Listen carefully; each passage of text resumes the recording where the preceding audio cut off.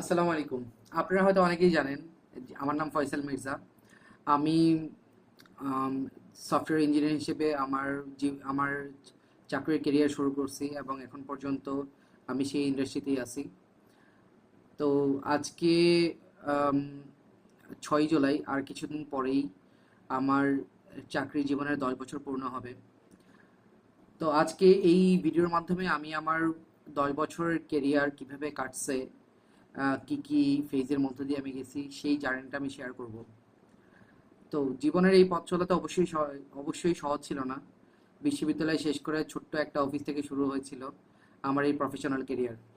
সেখানে সেখান থেকে কত ওঠানামা, কত চ্যালেঞ্জ, কত কিছু শিখছি, আর সেই অভিজ্ঞতাগুলোই আমি আপনাদের সাথে শেয়ার করতে চাই। তো এই সিরিজে আমি বলবো কিভাবে আমি এক একটা ধাপ বের হয়েছি, কি ভুল করছি, কি শিখছি, আর সবচেয়ে বড় কথা কিভাবে চাপ, ব্যর্থতা, অপমান আর অনিশ্চয়তার মধ্যে অ্যাকচুয়ালি টিকে থাকতে হয়।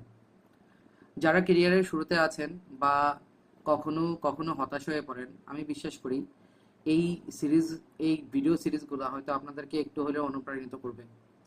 তো এটা শুধু আমার গল্প না, যারা কর্পোরেট লাইফে আছেন বা কর্পোরেট লাইফ শুরু করতে যাচ্ছেন বা কর্পোরেট লাইফ শেষ করে গেছেন, এটা সবার গল্প।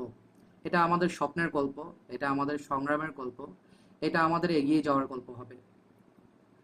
তাই আমি আশা করব আপনারা অবশ্যই আমার এই পথ চলার সাথে সাথে থাকবেন এবং আমি ট্রাই করব প্রতিটা সপ্তাহে একটা করে ভিডিও দেওয়ার জন্য।